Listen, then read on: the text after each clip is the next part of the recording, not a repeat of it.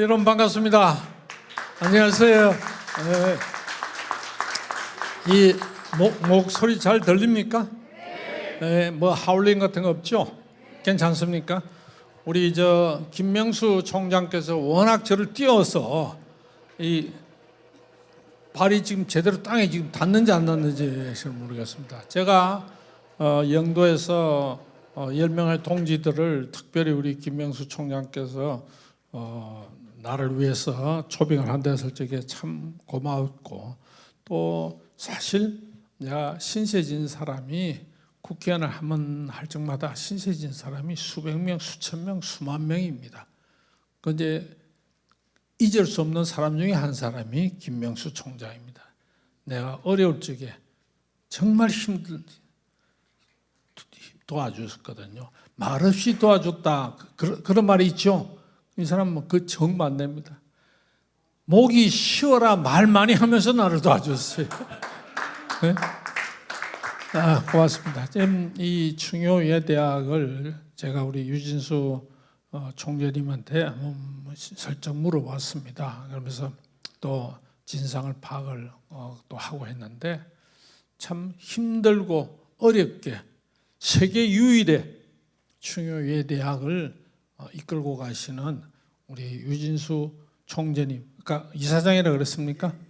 이사장님한테 여러분 그 격려와 감사와 감동의 박수 한번 좀 보내주세요. 정말 잘 되기를 바랍니다. 저는 오늘 우리 김 총장하고 사전 의논 없이 내 고향 우리 시민들한테 좀 이 얘기를 좀 하고 싶다 하고 제가 그냥 한국 정치에 대한 얘기를 좀 하려고 했습니다. 우리 김 총장은 백범 김구 선생 얘기를 원해서 했을 텐데, 김구 선생 얘기도 제가 잠깐 하겠습니다. 그런데 제가 몇 년을 써먹었거든요. 김구 선생 얘기를 하려면은 끝이 없습니다만은 또 레퍼토리도 가끔은 좀 한번 바꿔봐야 안 되겠습니까? 그런데 요즘 여러분들 정치에 대해서 걱정 많이 하시잖아요. 그죠? 정치 걱정 안 하는 국민이 있으면 손 한번 들어보세요. 아니, 대한민국 국민이 정치를 걱정하고 대한민국 국민이 국회를 걱정을 해요. 국회는 지금 누구를 위한 걱정을 하고 있는지 아세요? 그래서 그런 얘기를 조금 드리면서 이 충효의 대학의 어떤 그런 활동 범주에서 결코 벗어나지 않게 대한민국의 근본 정신을 우리가 한번 생각해 보자 하는 차원에서 말씀을 좀 드리려고 합니다. 주어진 시간은 얼마나 되죠? 1시간이요? 시계가 없네.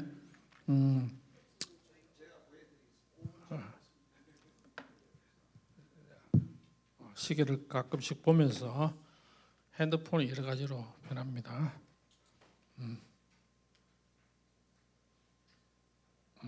잘 넘어가네요. 자, 여러분한테도 이게 프린터가 다 같죠? 네. 뭐 정치 얘기를 하면은 무슨 정치 뻔할 뻔짠하고 대한민국 국민들의 수준이 워낙 높아가지고 웬만한 정치 얘기해가지고는 전혀 어떤 그 감동을 못 줍니다. 그러니까 정치인들이 어떻게 합니까? 막 선동하고 흥분자 내게 하고 뭐 이따 이상한 짓을 하니까 대한민국 정치가 국민들의 수준 이하로 이렇게 놀고 있는데, 저는 좀 본질적인 문제를 여러분이 다 알면서도 왜 그런가, 왜 이렇게 됐나, 그럼 어떻게 하란 말이냐 하는 것에 대해서 함께 잠시 생각해 보는 그런 시간을 갖도록 하겠습니다. 자, 대한민국 어떤 나라입니까? 이 세 가지로 제가 정리를 했습니다.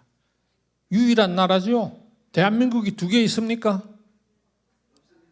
북한도 얼마 전에는 이제 뭐 자기들 말로 남조선 뭐 이러다가 남한 어쩌다 이런 소리 안 하고 대한민국이라고 부르더니, 얼마 전에 아시안 게임에서는 대한민국이라고 또 안 쓰고 뭐라고 써? 괴뢰라고 써. 그리고 자기는 조선이래. 자기는 조선 쓰고 옆에는 괴뢰라고 써요. 그걸 쓰는 거 보고 참 북한이 참 한심한 나라구나. 저런 나라에서 사는 저 백성들 얼마나 불쌍한가 하는 생각이 듭니다. 어쨌든 대한민국이 세계에서 하나밖에 없다는 나라. 대한민국이라는 이름이 언제 생겼습니까? 당군 할아버지 때부터 대한민국이었나? 아니죠.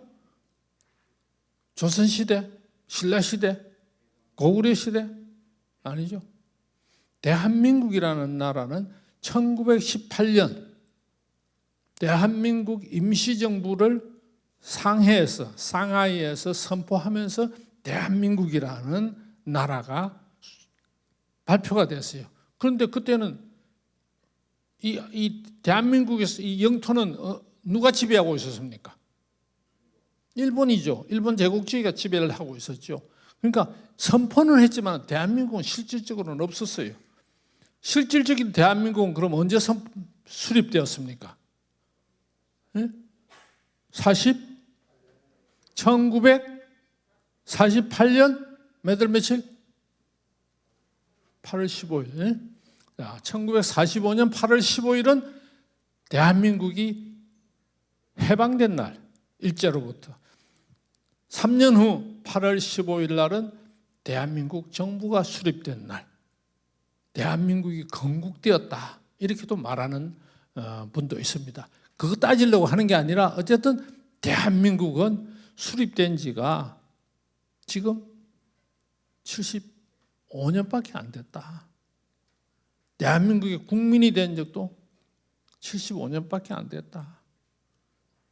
길어야 우리 할아버지, 우리들의 할아버지는 일제시대 때 거의 대부분이 살았고 대한민국 맛 조금 보다가 돌아가셨고 그렇습니다. 세계에서 유일한 나라인데 세계에서 유일한 나라에 당연하죠. 그런데 아주 특별한 나라예요. 특별한 나라. 왜 특별하지 않은 나라가 어디 있겠습니까?만은 세계사에서 특별한 나라다. 이 특별한 나라를 나는 아주 짧게 그러나 대단히 여러분들한테 강조하고 싶은 게요. 다 아는 얘기입니다. 1945년 해방되었어. 해방된 지 5년 만에 뭐가 있었죠?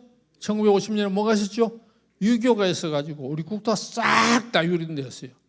내가 지금 고향 고성에 성묘하고 왔습니다. 자, 우리 고향 고성도 인민군 치하에 들어갔어요.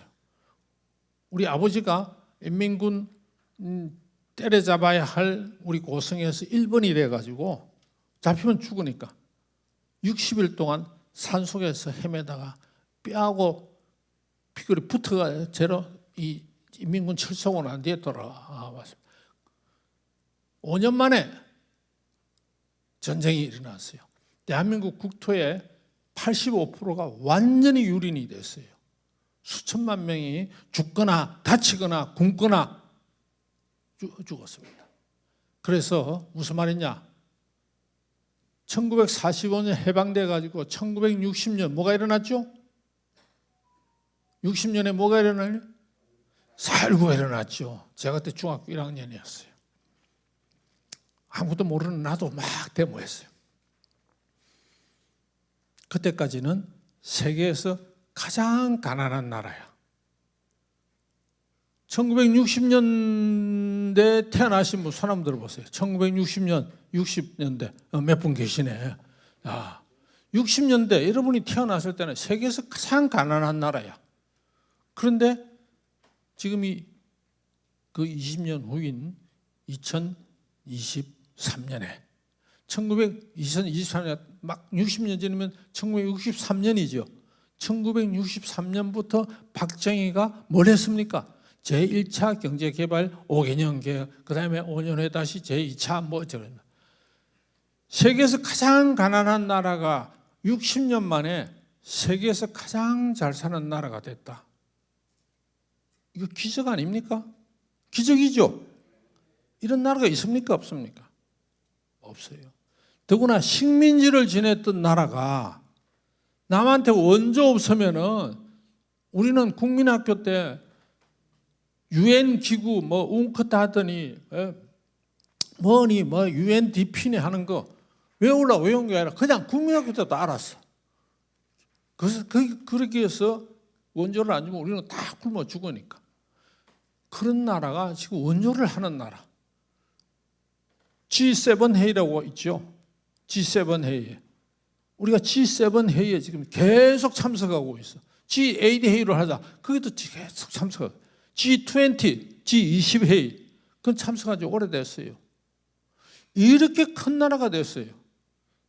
경제적으로도 세계 6위야. 군사적으로도 세계 8위에서 9위야. 우리가 핵무기가 없어서 북한이 그걸 약점을 노리고 지금 이러고 있는데 이렇게 된 나라가 없어요. 그래서 어느 학자는 그럽니다. 한국혁명이라고 이제부터 쓰자. 이거는 그냥 우리 차원이 아니고 세계에서 이런 나라가 없기 때문에 그렇다. 앞으로도 없을 겁니다. 식민지 지내다가 이렇게 잘 사는 나라가 세계에서 유일하다. 이게. 그런데 문제는 세 번째.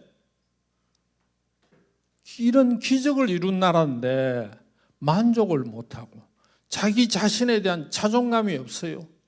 자존심이 없는 나라예요. 그래서 불만으로 가득 찼어. 이 불만은 왜? 불만은 없는 사람 없어요. 이 불만의 원인 제공자가 누구냐? 우리 같은 정치인들이야.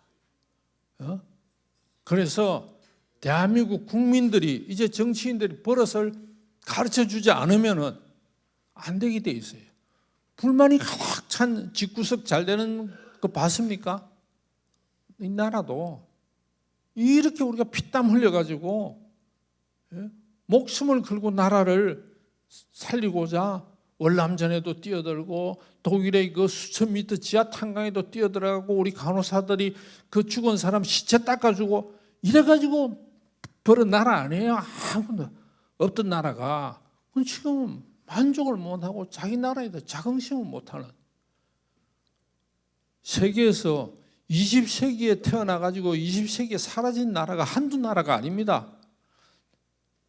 나라라는 건 영속하지 않습니다. 영원불멸하지 않습니다. 지약이 나름이에요. 딱 잘못하면 없어질 수도 있다. 이게야.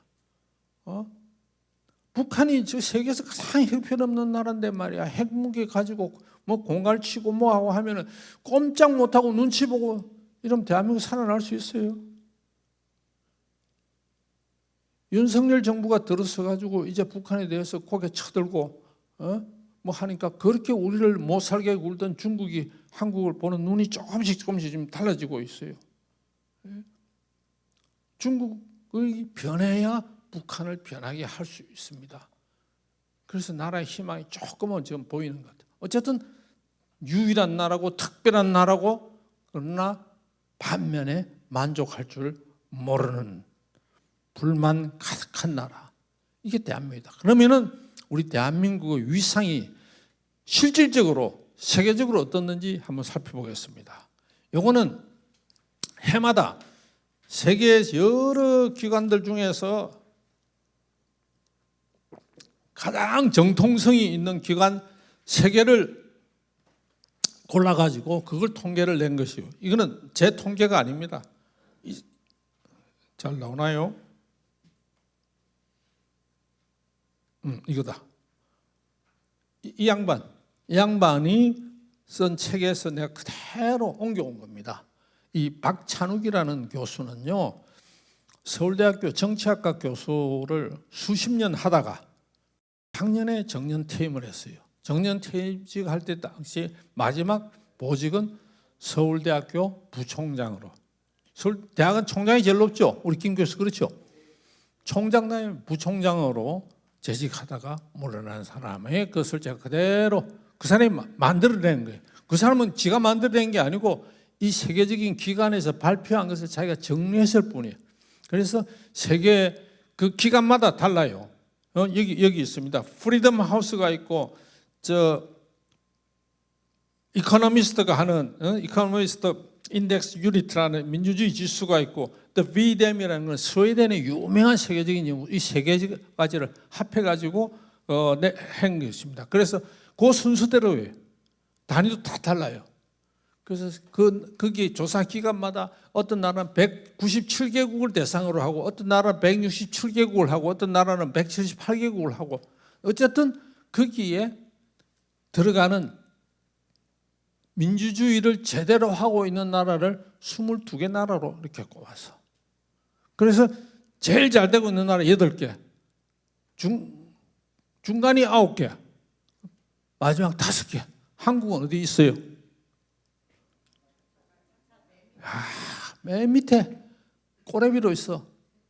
그러나 얼마나 자랑스러워. 190개 되는 나라 중에서 제대로 된 민주주의를 하는 마지막에 우리가 문턱을, 세계에서 제일 못 살던 나라가 얼마나 자랑스럽습니까?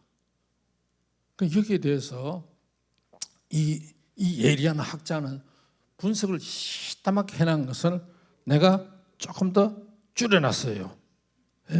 줄여가지고 한 페이지로 묶어놨어요. 이거 여러분들 다 가지고 가셔가지고 그 자식들한테나 누구한테 보여줘도 됩니다. 김영호가 그러더라가 아니고 이 양반, 이 한국에서 알아주는 세계적인 정치학자가 세계적인 연구소의 것을 뽑아냈어요. 금년권은 언제 나오겠어요? 2023년도 현재 것은 내년 2024년이지. 2024년에 나오니까 이거는 최신 자료다. 여러분 이렇게 이해하면 됩니다. 자, 이걸 조금 더 내가 압축적으로 그 양반 얘기를 요약하고 마지막에 내 말 한마디를 여기다 넣었어요. 요 페이지가 그겁니다. 이분이 박 교수는 뭐라고 그랬느냐? 위상, 한국의 위상 뭐냐?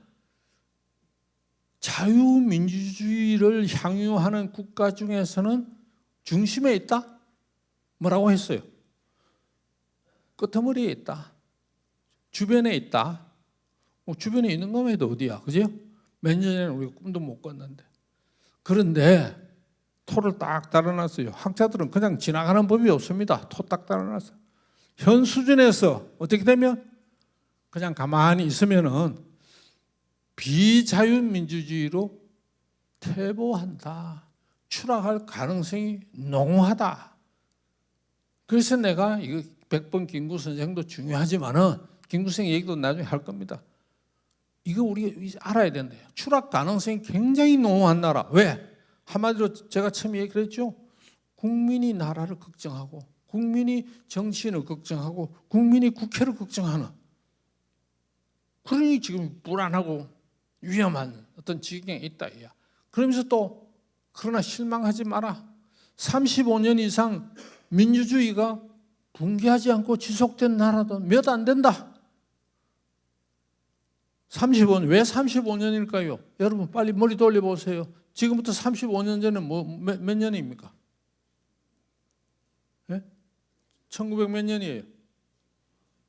아니 2023 빼기 35 해봐서 양이한 1987년이죠? 87년 맞죠? 1987년에 뭐가 있었습니까? 여러분 요거는 꼭 알아두시죠. 그렇죠. 6.29 선언이 있었어요. 6.29 선언이라는 게 굉장히 큰 겁니다. 6.29 선언이 있고 난 다음에 뭐가 됐죠?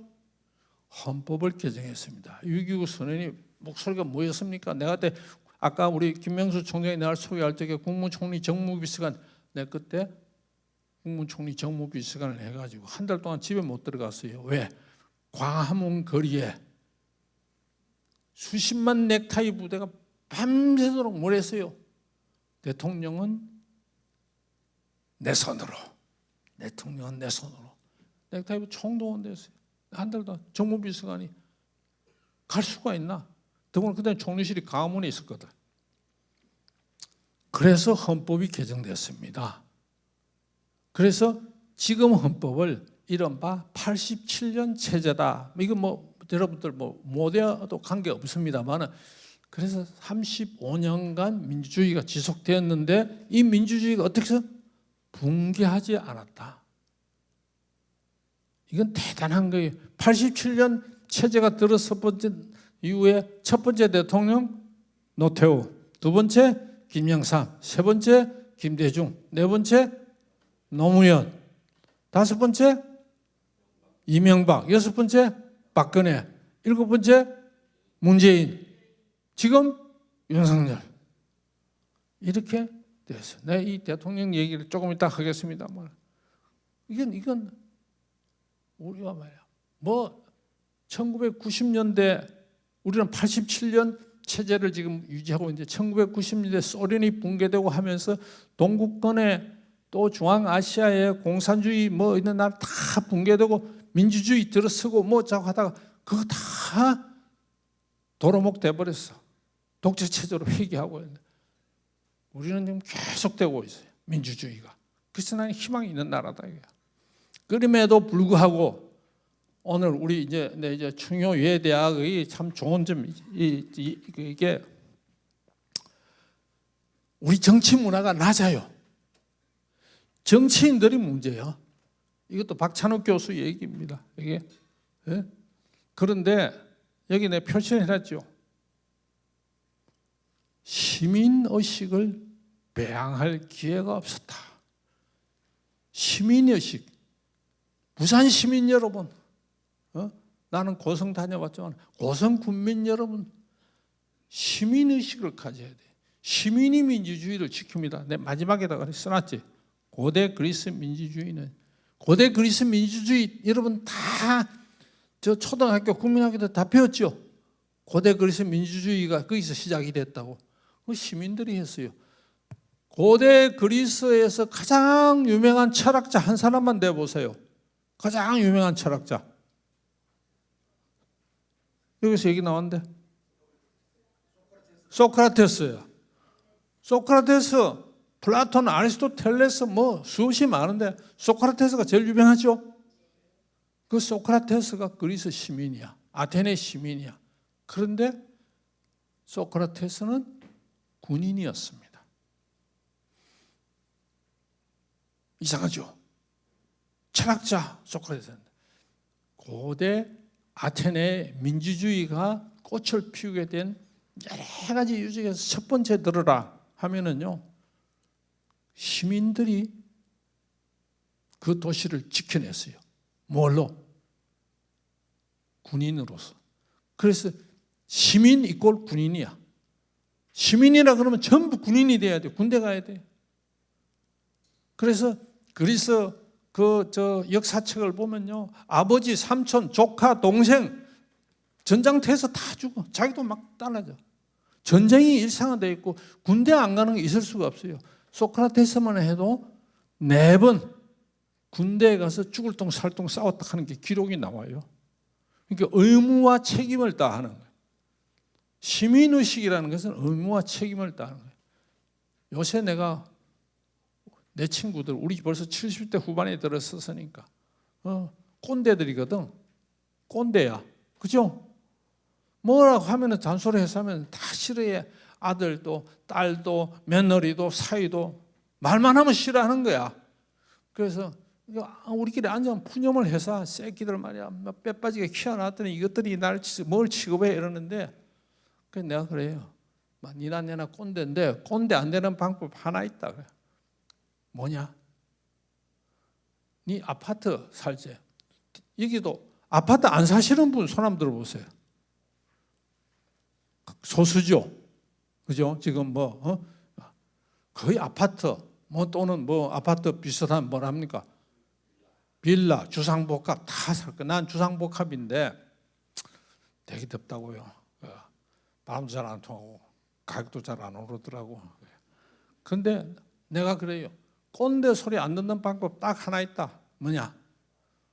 네 엘리베이터 탈 적에, 요새 엘리베이터 없는 아파트가 드물잖아. 그죠? 엘리베이터 탈 적에 네 인사 먼저 하나? 대답을 안 해 아무도.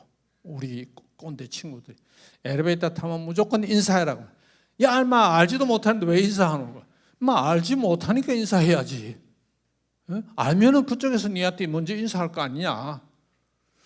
야, 니는 그래도 국회의장까지 지냈으니까 인사하면 되죠. 우리는 서민으로 살았는데 쓸데없는 소리 하고 있다. 5번만 해봐라. 얼굴 좀 두껍다 생각하고. 그러면은 그따분따 저쪽에서 알아서 인사한다.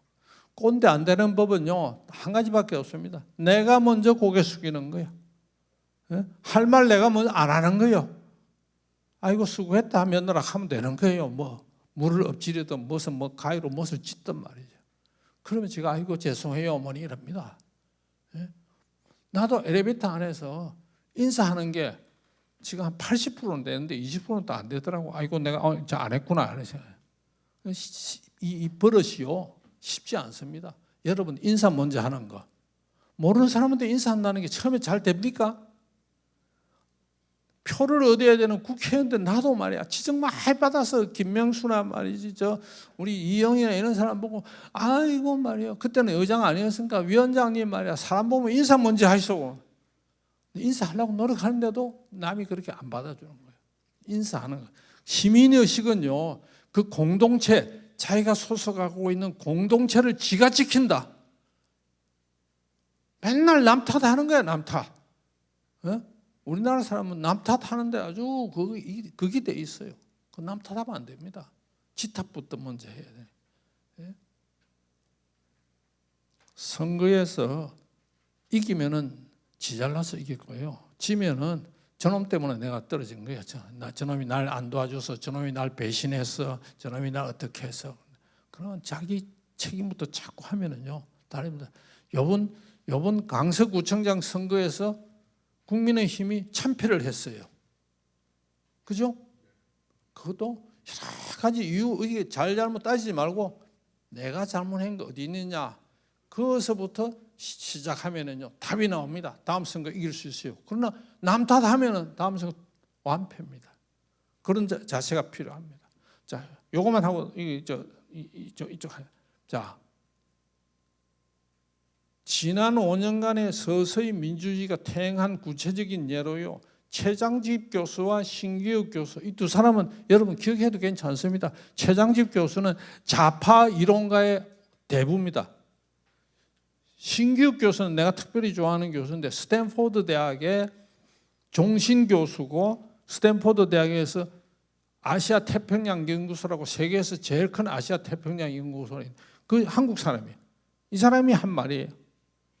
위에 거는 최장집 교수야. 학생운동 세력이 문제 해결자가 아니고 문제 그 자체가 됐다. 학생운동 세력에는 이런 586이야. 여기는 뭐라 하나 새로운 권력 엘리트 누굽니까? 586입니다. 과거 민주운동가를 했다 이거야. 그런데 그 사람들이 민주주의 퇴행의 주역이다. 그래서 민주주의가 나오고 있습니다. 이분들이 이 얘기할 때가 요새가 아닙니다. 문재인 대통령 때 그때 얘기를 했어요. 좌파의 대부라고 하는 사람이 스탠포드 대학에서 종신 교수라는 사람이. 그래서 우리가 이런 거를 냉철히 반성해야 된다 하는 겁니다. 자, 이제 국회의원들 왜 욕을 먹는가? 국회의원 욕 안 먹는 거 봤습니까? 어떤 사람 내가 보면 아이고 그때 빨리 하기를 참 잘했습니다. 이제 그러고 따져보니까 내가 국회 떠난 지가 지금 몇 년이야 벌써. 국회의장 그만둔 지가 13년이고 지금 김진표 국회의장이 국회의장 김진표예요. 내하고 나이가 동갑이야. 그런데 나보다도 7대 아래야. 국회의장으로서. 그런데 내가 대한민국 최연소 국회의장을 지냈어요. 참 빨리 하길 잘했죠. 요새 같았으면 욕 태박이를 먹었을 텐데.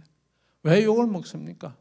그런데 제도적인 문제가 있어요.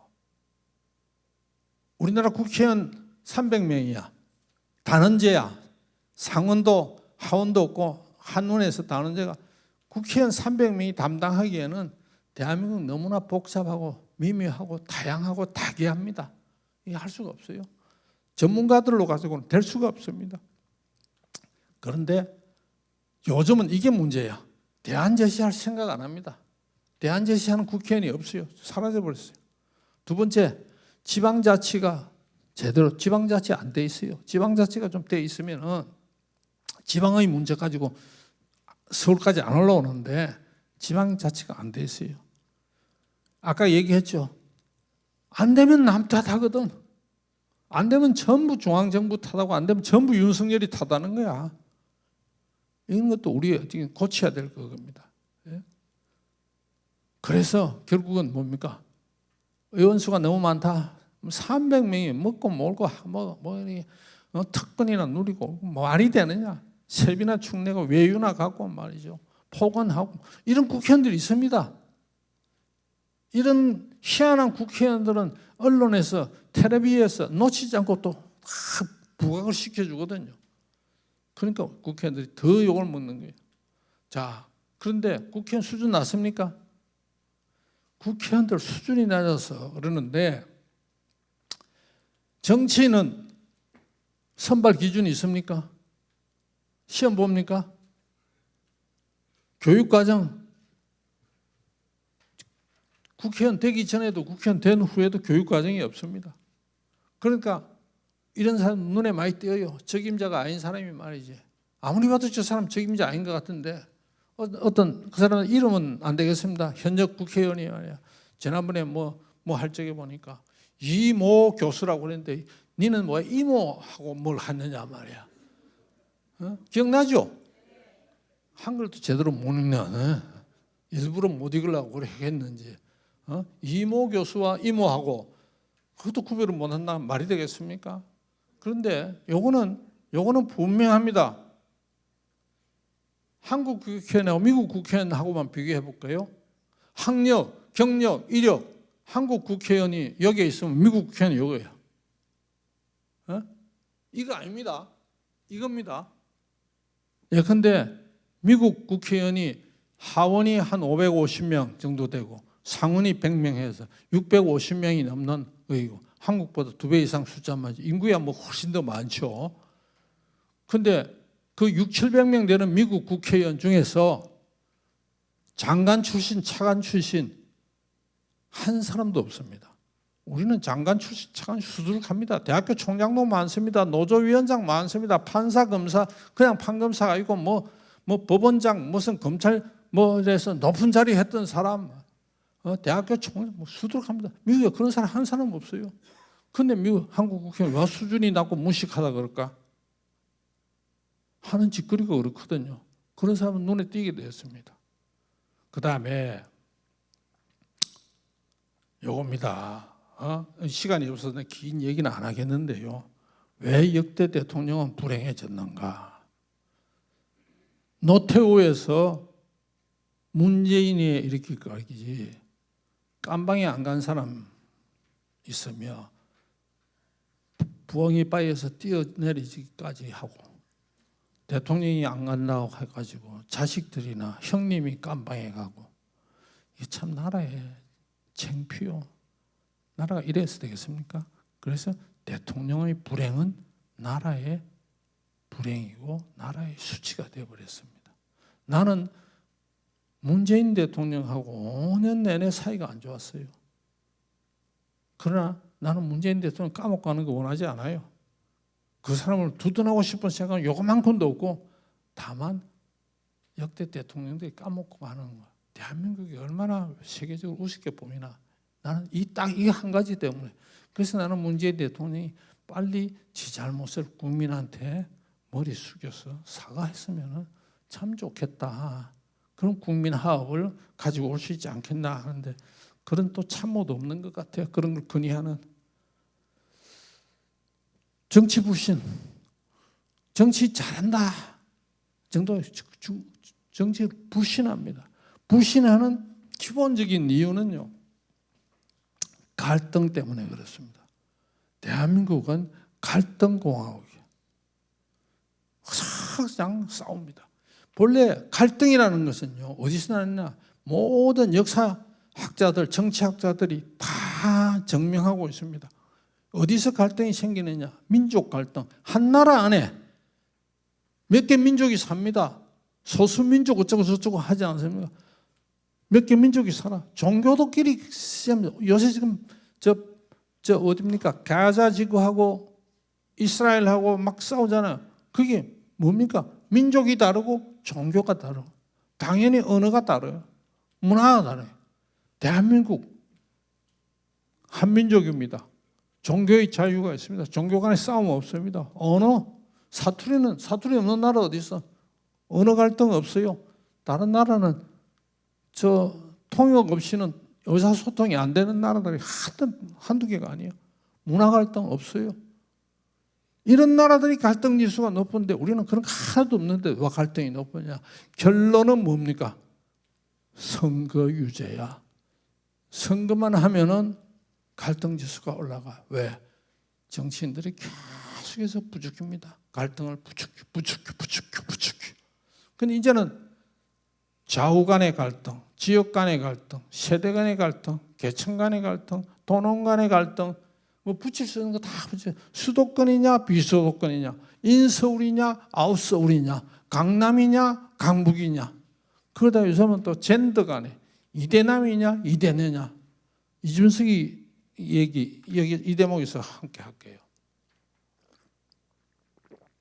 나는 이준석 당대표 될 적에 내가 나경원이하고 개인적으로 참 가까워요. 오랫동안 정치를 했기 때문에.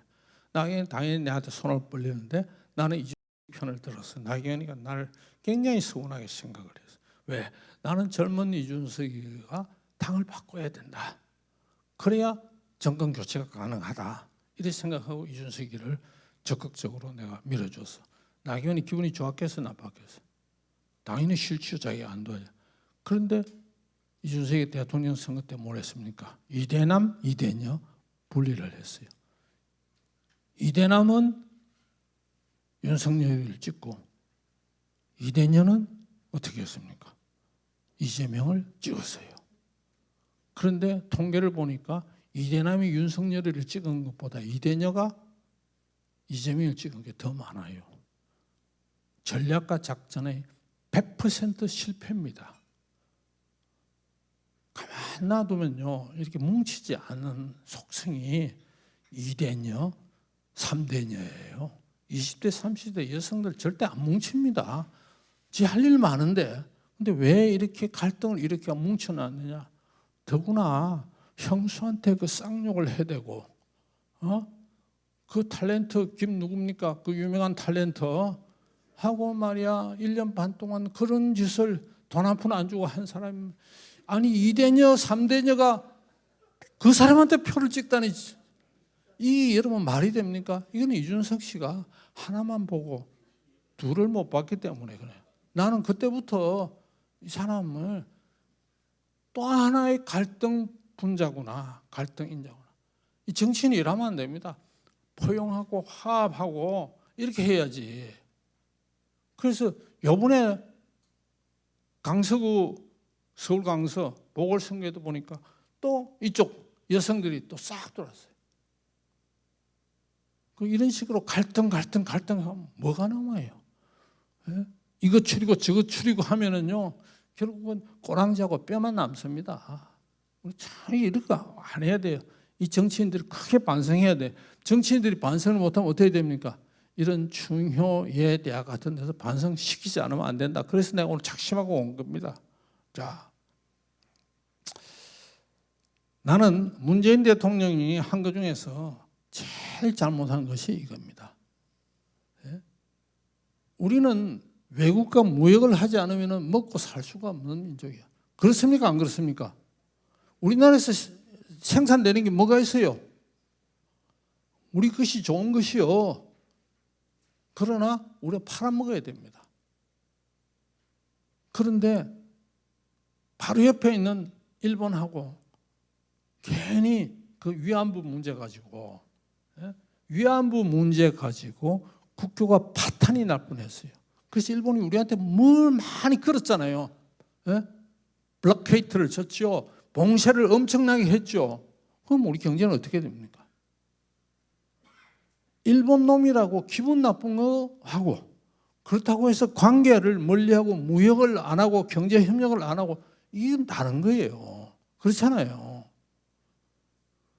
나는 문재인 대통령이 일본하고 관계를 끊고 중국한테 저자세로 나가고 북한한테 비굴하게 나간 거는 대한민국의 자존심을 상하게 했을 뿐만 아니라 대한민국의 미래와 경제를 망쳤다, 이렇게 생각해요. 나는 윤석열을 뭐 내보다도 한참 아래인 사람 뭐 높이 뭐 평가하고 이런 게 아니라, 이것을 복원시킨 것은 그 양반에 엄청난 용기가 있다, 이렇게 생각을 합니다. 그래서 훗날 박정희, 내가 고등학교 3학년 때거든요. 1965년도 한일협정을 맺을, 그때 내가 우리 경남고등학교 경고 그거 열심히 내 데모 선동했어. 정학까지 갔다가 선생님이 나를 불쌍하게 봤는지 뭐 해서 그냥 봐줬어요. 그런데 박정희 한일회담 한 거, 그다음에 김대중 오부치로 다시 한번 한일 관계를 튼 거. 김대중 선생을 내가 그렇게 존경하지 않지만 굉장히 훌륭한 용단을 내렸어요. 그래서 박정희, 김대중, 윤석열 이 사람이 한일 관계를 복원시키고 강화시키는 대한민국을 위해서였지. 지가 그 한일 관계 복원시킨다고 지금 뭐가 되는 겁니까? 나라를 생각하는 이런 지도자들이 우리는 많이 나와야 된다 이겁니다. 예? 자, 근데 이 공동체 얘기를 내가 참 했는데 지금 현재요, 이 공동체가 위기에 있는 것은 이겁니다. 기득권 세력들이, 그것도 신기득권 세력과 구기득권 세력이 싸웁니다. 자기는 기득권 세력이라는 이면서도 기득권 세력인 줄도 모르고 떠들어대고 있는 불쌍한 사람들이니 일부 정치인들이 이러고 있습니다. 이 기득권을 타파하지 않으면요, 새로운 사람들이 들어가지를 못한다. 이 공동체, 우리가 함께 살아야 되는 이 공동체, 자기 마음대로 지는 아무 짓이나 함부로 하면서 남보고 뭐라 합니다. 그러면 안 되죠. 김구 선생이 이런 말을 했습니다. 이 대한민국은 문화가 꽃피는 나라가 돼야 된다. 문화로 크게 되는 나라가 된다. 요새 K-팝이라든지 한류라든지 이런 거 보면 김구 선생이 제가 문득 생각나는데, 그래서 한마디로 이렇게 했습니다. 참 알기 쉽게 얘기했어요. 공원에 꽃을 꺾는 자유가 아니고 공원에 꽃을 심는 자유를 보장해 주는 나라. 거기서 문화가 핀다 그랬습니다. 지금 대한민국은 공원에 꽃을 심는 사람은 없고 꽃을 꺾는 사람들만 큰 소리 빵빵 치고 있어요. 이 나라 잘 되겠습니까? 그래서 우리 공동체, 자기의 책임을 다하는, 충효에 대학의 설립 취지하고도 아마 난 일맥상통한다고 보고, 이게 김구 선생이 나의 소원에서 나오는 얘기입니다. 나의 소원. 내가 한평생 외놈하고 싸웠으니까 우리는 남을 침략해서는 안 된다. 그러나 침략에 대해서는 당당히 우리가 맞서야 된다. 그러나 내가 바라는 것은 문화국가다. 문화국가가 되려면 우리는 자유가 꽃피어야 되는데, 그 자유는 공원의 꽃을 함부로 꺾는 그런 국민이 아니라 공원에 꽃을 심는 자유가 보장되는 그런 나라의 국민을 원한다 그래서 이런 자세로 우리가 돌아가야만이 대한민국의 내일이 있다는 겁니다. 정권 교체 이거 뭐 안 해도 여러분 알 겁니다. 정권 교체가 됐으면 전에 민주당이 여당할 때 논리는 어디로 싹 가고 옛날에 야당 논리 하던 논리 그대로 받아가지 했어요. 여했던 거 다 까먹고 야당 돼버려요. 여야가 공수고대로 하는 이런 식으로 되면 이거 정말 안 됩니다. 왜 그럴까요? 이겁니다. 이게 좀 이따가 얘기하겠습니다. 이것 때문에 그렇습니다. 나는 공천권을 악마의 공천권이라고 합니다. 예? 당대표라는 사람이 나는 감옥에 들어가도 내 공천권 행사할 거다. 그러니까 끽소리 못하는 거야, 한 사람은. 이 공천권 이거 제대로 뜯어고치지 않으면요, 대한민국 희망이 없습니다. 그래서 물갈이 공천을 수없이 해도 왜 국회는 그 모양인가? 공천, 물갈이 김영호만큼 물갈이 많이 한 사람 없습니다. 제가 4년 전에 공천관리위원장 그걸 하면서 쫙 깔았어요. 그런데 선거는 어떻게 됐습니까? 참패를 했습니다. 물갈이를 어디 제일 많이 했느냐?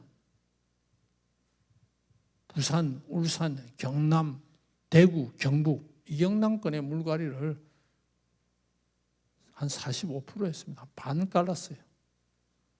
그래서 엄청 욕 먹었어요. 부산일보, 국제신문, 그다음에 방송, 대구 쪽에서는 뭐 말도 못하게 김영호 욕하는 날이 일면 빠지는 신문이 하나도 없었어요.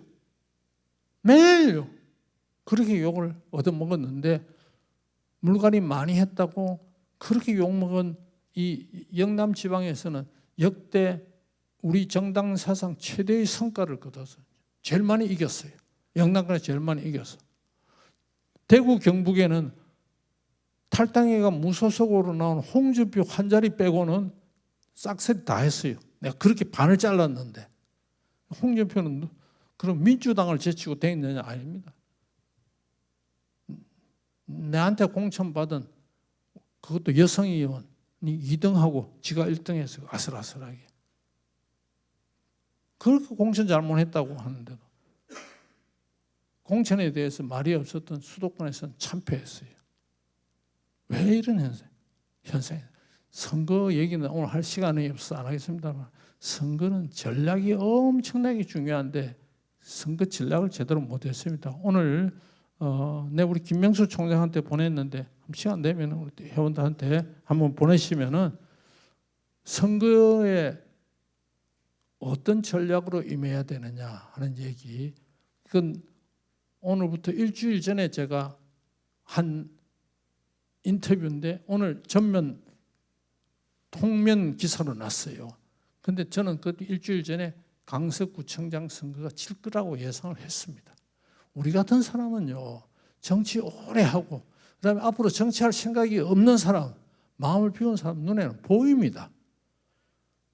뭘 하겠다고 하는 사람 눈에는 안 보이죠. 이게 차이입니다. 그래서 마음을 비워야 됩니다. 자, 그래서 앞으로 이런 사람 본회의장에 앉아서도요 지역구 구민하고 카톡하는 국회의원들 많습니다. 따님 결혼식 축하합니다. 제가 뭐 국사일로 가보지도 못해서 죄송합니다. 뭐 장인어른 생신 축하합니다. 등남 축하합니다. 결혼기념일인데 어쩌고 저쩌고 이런 사람이 또 되는 그래 국회 제대로 되겠습니까? 그런 사람들은 그럽니다. 경선하자 그럽니다. 왜? 지역구 관리를 잘 해왔거든. 경선하면은요 우리나라 뭐 최고 인기 있는 사람 누굽니까? 누가 와도 지가 이기는 거야. 지역구 국회는 뭐냐? 지역의 일을 보면서 나라 국자 국회에 가서 일을 잘하라는 것인데 나라 국자는 빼고 지역 일만 잘 보는 사람은요 여기 우리 양의원도 있지만 시의원하고 구의원 해야지. 뭐하러 국회의원 시킵니까? 그래서 의정활동 잘하는 사람을 국회의원 재공천 주는 시스템을 빨리 만들어야 되는데 내가 이게 수년째 얘기하고 있는데 안 하고 있어. 왜 안 합니까? 대표가 공천권 놓기가 싫거든. 큰 장사를 하는데. 그래서 당론에 꼼짝 못합니다. 그러면 당론에 맹종하는 국회의원 300명이나 둘 필요 있을까요? 그래서 국민들은 국회의원 숫자를 줄이자 그러는 거예요. 그런데 국회의원 숫자 줄이자 그러면은 국민들 10명 중에 5명은 찬성해. 왜? 국회가 역할을 제대로 못하니까. 그죠? 사실 맞아. 분통이 터지지. 저 비싼 돈 먹고 말이야. 보좌진들 10명씩이나 거느리고 이게 뭐 하는 짓이냐. 300명이 아니라 30명으로 줄이자. 그것도 맞다. 싹 없애버려라. 이런 사람도 있어. 그 기분은 알겠는데 만약에 지금 300명을 50명으로 줄였다. 6분의 1로 줄였다 합시다. 지금도 특권이 있니 없니 하면서 하는데 특권을 아무리 문맥상 줄여도 국회의원 숫자가 50명이 됐다. 그럼 부산에 몇 명이 되노? 부산에 지금 15명인가 16명. 한 부산의 국회의원이 한 수명 가까이 되다가 한 5명으로 줄었다. 그 사람한테 얼마나 많은 사람들이 와서 딸이 치겠어. 그 사람이 말 한마디 하면 부산시장이든 구청장이든 추위 타겠어 안 타겠어? 그러니까 국회의원 숫자를 줄이고 늘리는 게 답이 아니다 이깁니다. 차라리 나는 국회의원 한 2,000명으로 늘리라. 그러면 진하게나 전부 국회의원이다 하면 국민들이 알아주나? 이건 청탁도 부탁 안 할 거야. 세비는 지금 현재 국회 예산에서 총 예산이 얼마인지 모르겠습니다만 1,000억이면 1,000억에서 국회의원 숫자 아무리 늘려도 한 푼도 못 늘린다. 10년간 한 푼도 못 늘린다. 동결하는 그것도 방법일 것이다. 숫자가 문제가 아니다 이게 의식을 변화시켜야 된다. 정신을 똑바로 바뀌지 않으면 안 된다. 나는 그 얘기를 지금 하려고 하는데 이겁니다. 그중에서 하나 내 구체적인 대안으로 여러분 다 알면서도 생각을 안 해봤던 게 있어요. 뭐냐? 대통령제 하는 나라 중에서 가장 대표적으로 민주주의 하는 나라 어디입니까? 미국이죠. 대통령제 하면 미국이죠. 그 다음에 대통령제 하는 나라 중에서 민주주의 제대로 하는 나라 잘 안 뛰죠. 중남미, 중앙아시아 이런 나라 전부 독재야. 아프리카 뭐 대통령이나 이름으로. 그렇죠. 미국밖에 없죠. 미국의 공화당, 민주당 두 당 중심 체제로 해가지고 한 200년 이상 지금 당이 지금 와 오고 있어요. 그렇죠?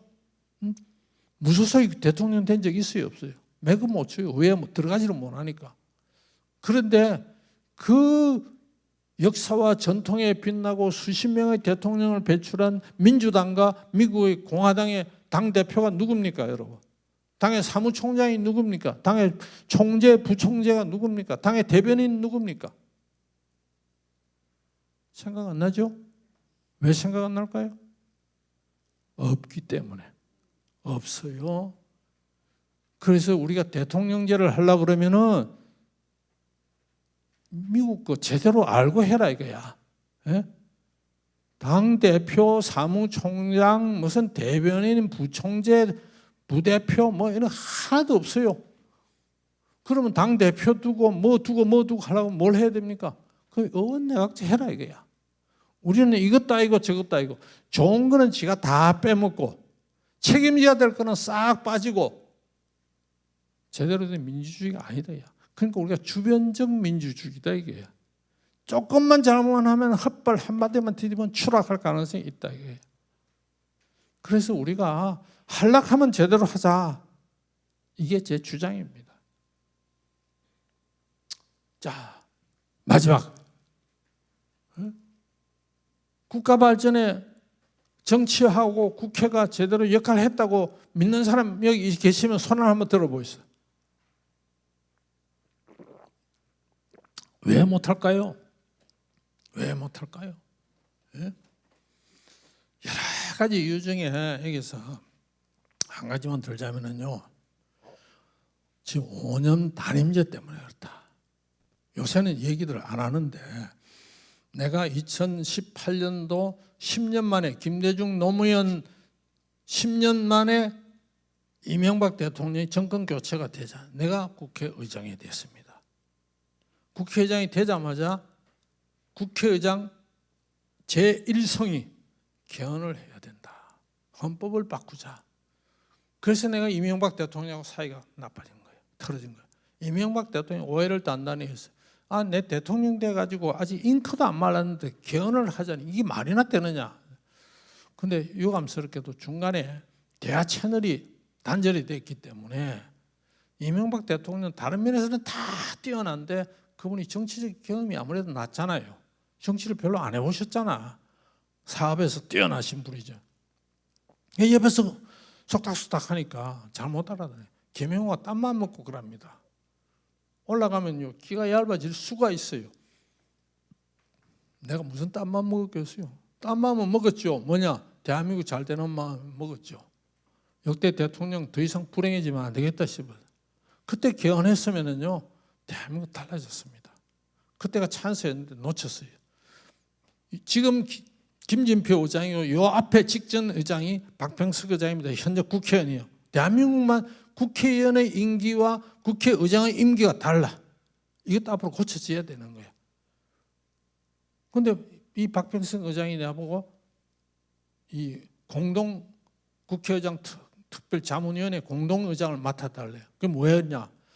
한 사람은 여당 쪽 국회의장 출신 한 사람은 야당 쪽 국회의장. 왜? 그래 공동의장 하는데 핵심 뭐냐? 개헌입니다. 왜? 내가 개헌주의자니까. 국회에서 가장 대표적인 개헌주의자니까. 이 사람이 개헌을 해야 되겠다. 나를 갖다 놓은 거예요. 근데 내가 뭐였냐? 결사적으로 반대했어요. 개헌 반대. 왜? 이거 개헌하면 큰일 난다. 나라 뒤집어진다. 개헌이라는 것은 국회에서 3분의 2가 도장을 찍으면 개헌이 되는 거예요. 물론 국민투표라는 과정을 거쳐야 되지만. 그런데 3분의 2가 민주당이 장악하고 있는데 그러면 5.18 들어가는 것은 당연히 들어갈 거고 노동상권 보장할 것이고 에? 부자 감세가 아니고 부자들 정시할 것이고 에? 상속세 확 올릴 것이고 기업에 대한 감사 막 들어갈 것이고 웬만한 것은 국유화 조치할 수 있도록 해버리고 사회주의로 간다고 보장 안 간다고 보장 어떻게 하겠어요? 내가 결사적으로 했어. 반대했어. 그때 한 사람, 우리 당 출신 한 사람이 있어. 내가 열심히 설득해서 지금 개헌할 때가 아니다. 하면 큰일 났네. 자기도 내 말에 찬성하더니 나중에 어떻게 꼬였는지 돌아서 버리다. 개헌주의자로. 열심히 끝까지 반대를 해서 금방 갔어요. 나는 뭐냐? 보수 우파 자유민주주의 세력이 장악하고 있을 때 개헌은 해야 된다 하는 겁니다. 좌파들이 했으면 이 큰일 난다 이게. 그래서 나는 내년 총선이 그래서도 중요하다 이게. 이미 5년 단임제로 해서 우리는 중장기 계획을 잃어버렸어요. 잊어버린 게 아니라 잃어버렸어. 없어. 대한민국 중장기 계획의 목표가 뭡니까? 누구 말해보세요. 대한민국 미래 비전이 뭡니까? 박근혜 때도 없었어. 에? 문재인 때는 더더군다나 없었어. 윤석열 때도 없어. 나라의 미래가 없어요. 왜냐? 5년마다 바뀌게. 만들어놔야 소용없어. 다음 대통령 싹 바꾸고 하니까. 그래서 앞으로 대한민국 10년위원회 같은 거, 이런 거, 이런 거 한 정권에서 할 수 있습니까? 없습니까?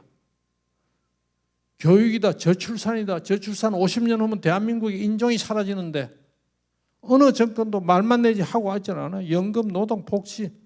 이런 거 대한민국 10년위원회에서 하자. 이러려면 여야 협치를 해야 되는데 협치하자 그러면은 국민의힘이 조용해져. 말을 못해. 그래서 내가 이 바보들아. 정치들 똑바로 쳐. 협치가 뭐냐? 국회에서 협치가 이루어지는 것이다. 예? 행정부는 집행하는 겁니다. 국회에서 법을 만들면 그걸 집행하는 건데 국회에서 지금 협치를 안 하면서 정부 보고 협치하자 하는 건 뭐냐? 그건 뭐예요? 정부 권리를 뺏어 먹겠다는 겁니다. 내 거는 지키고 네 거는 내가 뺏겠다는 겁니다. 협치라는 것은 국회에서 회가 뭡니까? 회. 모일회야. 모여서 인원하는 뭘 인원해? 나라 일을. 그게 국회야. 내셔널 어셈블리 딱 그대로예요. 그런데 국회에서는 일방적으로 법 통과시켜놓고 자기 마음대로 법 통과시켜놓고 밀어붙이고 이거는 협치가 아니다 이거야. 그래서 협치는 국회에서 먼저 해라. 그러고는 10년위원회 같은 것을 만들어. 이게 일하는 것이다 하는 겁니다. 이제 결론을 얘기를 제가 하는 걸로 했습니다. 시간이 어떻게 됐나요? 시간이 거의 다 됐네. 5분 안에 마치도록 하겠습니다. 요 줄 거나 한 거는 다 아시는 거니까 넘어가겠습니다. 자, 고칠 게 한두 가지가 아닙니다. 헌법도 고쳐야 되고 국회법도 고쳐야 되고요. 정당법도 고쳐야 되는데 공천 혁신적으로 해야 됩니다. 경선 해야는 되지만 경선이 만능 아니다. 경선만 하면 어떻게 됩니까? 지방에 뿌리를 내리고 있는 토호 세력들하고 딱 발맞춘 그 사람은 만년구치로 해먹는다. 중요한 것은 정치인과 국민입니다. 국민의 의식계획이에요. 바로 여기 오신 여러분들 같은 분들이 자꾸 정치인 교육기관도 없지만 국민 교육기관, 사회인 교육기관도 제대로 없어요. 이럴 때서 자꾸 해야 돼요. 우리나라는 안 해요. 늙었는데 이런 걸 가르치고 있어. 우리나라 사람들은 이러다가 안 됩니다. 다른 거 배우로는 열심히 다니는데 교양이 우리가 안 배워요. 아까 꼰대 얘기했죠. 엘리베이터에서 인사 먼저 해라. 아마 내한테 처음 말 듣는 사람 많을 거예요. 이런 거 어디서 말하는 데가 없어. 이거 우리가 스스로 고쳐야 돼. 지 책임을 과연 다 하고 있는가? 아무리 미워도 국회의원을 수입합니까? 수출합니까? 여기서 나와야 돼요. 여기서 국민 속에서. 그래야 되는 겁니다. 남 지금 비난하지 말고 합시다. 요거를 끝으로 제가 얘기를 하려고 하는데요. 아레떼라고. 아까 소크라테스는 뭐였다? 철학자이기 전에 뭐였다? 군인이었다 그랬잖아요. 그리스에서 민주주의, 고대 그리스 2000년 전에 2500년 전에 그리스에서 민주주의가 일어나게 된 그 대표적인 사람으로서 페리클레스라는 사람이 있습니다. 페리클레스라는 지도자가 선거를 30번 했습니다. 그리스는 아테네는 매년 선거를 했어요. 시민에 의한 직접 투표로 매년 선거를 하는데 30번 선거를 했는데 29번 당선이 됐어요. 역사가 없는 사람이에요. 근데 이 사람은 돈을 한 푼도 안 썼어요. 누구한테 먹이지도 않았어요. 이 사람이 유명한 연설가예요. 지도자의 4대 차질을 얘기를 했습니다. 어느 추도 식사에서 했는데 이게 아주 고전입니다. 이 사람은 이 얘기, 이 유명한 얘기들이 하도 많은데 그중에서 4대 차질로 이렇게 얘기했어요. 우선 지도자는 무식하면 안 된다. 뭐 좀 제대로 알아야 된다. 알면 뭐하노? 남한테 설명을 잘해야 된다. 설명을 잘한다는 거예요. 남이 알아듣도록 해야 된다. 그런데 그 사람은 도덕심이 있어야 된다. 도덕심. 이렇게 뭐 밝히면 안 된다. 뒷구멍으로 뭘 밝히면 안 된다. 이건 청탁하면 안 된다. 그리고 애국심이 있어야 된다. 이 4대 자질을 얘기했는데 지금의 대통령 되겠다는 사람들 나는 이 3번째, 4번째가 제일 문제다. 애국심과 도덕심. 나 이게 가장 중요하다. 뭘 알아야 된다. 이게 몰라도 요새는 몰라도 되면 다 알 수도 없어요. AI 시대인데. 예? 소통. 나는 이번 강서구청장 선거 참패 원인 중에 하나가 2번째 소통이에요. 아무리 어려우면 뭐하나 국민들이 받아들이도록. 이게 능력입니다. 허리를 굽혀야 됩니다. 국민들이 한테 아부하라는 거 아닙니다. 국민들한테 이해를 받아낼 수 있는 그게 지도자의 자질이다. 아랫대가 뭐냐? 아랫대. 영어로 쓰고 히라 말로 써놨는데요. 아랫대는 영어로 이렇게 찾아보면 뭐 버추, 도덕이다 이렇게 뭐 이 번역 잘못된 겁니다. 나는 국회의장 퇴임하고 지금까지 계속해서 내가 인문학 공부를 하고 있어요. 수업도 듣고 있어요. 아랫대가 뭐냐? 본래 어디서 나왔냐면 그리스는 맨날 싸웠다 그랬잖아요. 적진에 가장 먼저 뛰어들어가는 사람 그것을 아랫대라 그랬어요. 그 사람이 탁월함이야. 엑셀런트. 영어로 이런 거 쓰죠? 엑셀런트. 적진에 가장 뛰어드는 사람. 우리는요 지도자가 적진에 가장 먼저 안 뛰어듭니다. 전부 뒤에서만 하는. 이래가지고 지도자가 안 된다 하는 것이고 한류, K-팝, 골프 대한민국이 아까 미래 비전을 지금 상실해 가는데요. 답은 여기서 찾아야 됩니다. 한류 세계적인 현상입니다. K-팝, BTS 없어졌어도 그 애들 또 계속 연결되고 BTS 후에 또 다른 거 나오고 있어요. 골프, 여자 골프 세계를 휩쓸고 있어요. 그 어디서 나왔느냐? 원인 분석을 하면 이것밖에 없어요. 첫째, 정부가 간섭이 없어요. 정부에서 아마 이 한류를 하고 여자 골프를 정부가 뭐 주도하고 해서 아마 맥도 못 쳤을 거예요. 정부가 끼어들면 될 일도 안 된다. 그리고 2번째는 뭐냐? 떨어지더라도 맨날 1등 합니까? 떨어지더라도 뭐 다음 기회가 보장이 된다. 다음 기회가 그게 좌절하지 않는다. 그리고 대구면 어떻게? 돈을 받아. 인센티브가 있어. 그리고 경쟁은 공정해야 돼. 이런 거 대한민국은 끼가 있는 국민이기 때문에 내가 처음 외국 나갔다가 저 카나다, 미국을 내가 처음 갔어요. 40몇 년 전에. 갔다가 한국 오니까 말이야. 아, 한국 여자들 왜 이리 못생겼어? 형편없어. 저 동네는 참 잘생겼어. 요새 외국 갔다 오면요. 아니 한국 여자만큼 잘생긴 여자 세계 어디서 볼 수 없어. 이 40년 사이에 한국이 확 달라졌어요. 우리는 DNA가 훌륭한 DNA를 가지고 있기 때문에 얼마든지 우리는 잘할 수 있습니다. 마지막으로 정치인의 소명에 대해서요. 앞으로 정치인들 많이 나와야 됩니다. 여러분 중에서도 나와야 되고 여러분의 2세들, 3세들 속에서 나와야 되는데 제 지론 하나는 이거예요. 정치는 뭐하냐? 나는 신앙인하고 종교인하고 정치인하고 이렇게 종교인, 신앙인은 상수도요. 정치인은 하수도다. 상수도가 중요합니까? 하수도가 중요합니까? 2개 다 중요합니다. 예? 상수도는 맑을수록 좋은 거예요. 그게 잡티가 들어가면 안 돼요. 그렇죠? 잡티가 안 들어오도록 관리를 잘 해야 되는 거예요. 신앙인이, 종교인이 요새 이상한 신앙인, 이상한 종교인들이 많아요. 지가 이것하고 저것하고 하는 거 안 됩니다. 신앙인은 순수해야 됩니다. 신앙의 길만 가야 돼. 잡티가 들어가면 안 돼. 정치는 하수도다 이거야. 모든 걸 다 받아들여야 돼. 모든 걸 하수도에서 안 받아들이면 어떻게 됩니까? 온 동네가 오염되죠? 하수도는 다 받아들여야 되고, 받아들여 가지고 그것이 하수관을 통해서 저 바다가 정화돼가 나가도록 해야 되는 거예요. 그러려면 어떻게 돼요? 정치인은 손에, 발에, 옷에 흙먼지, 때, 더러운 거 오물 쏘아서 맨날 싸워야 하는 거예요. 그래야 하수도 간으로 집어넣을 수가 있는 거예요. 지가 맑은 채 하면 안 됩니다. 그 현장에서 지금 민생의 현장이 갈 데가 한두 군데가 아닙니다. 지금 뭐 하고 있어요, 정치인들? 민생의 현장을 누벼야 됩니다. 거기서 민원을 찾아내고 하는 겁니다. 여러분 중에서도 지도자는 그런 곳에서 나오는 것이고, 시민교육이, 나는 이런 시민교육이 우리나라 곳곳에서 있어야 된다고 생각을 하고, 나는 그저 우리 유진수 회장, 우리 김명수 총장, 또 여러분들 앞으로 부산 사회, 또 어디 영남 사회, 대한민국 사회에서 큰 씨알이 되고 큰 역할을 해주기를 바라면서 제 얘기 마치겠습니다. 고맙습니다.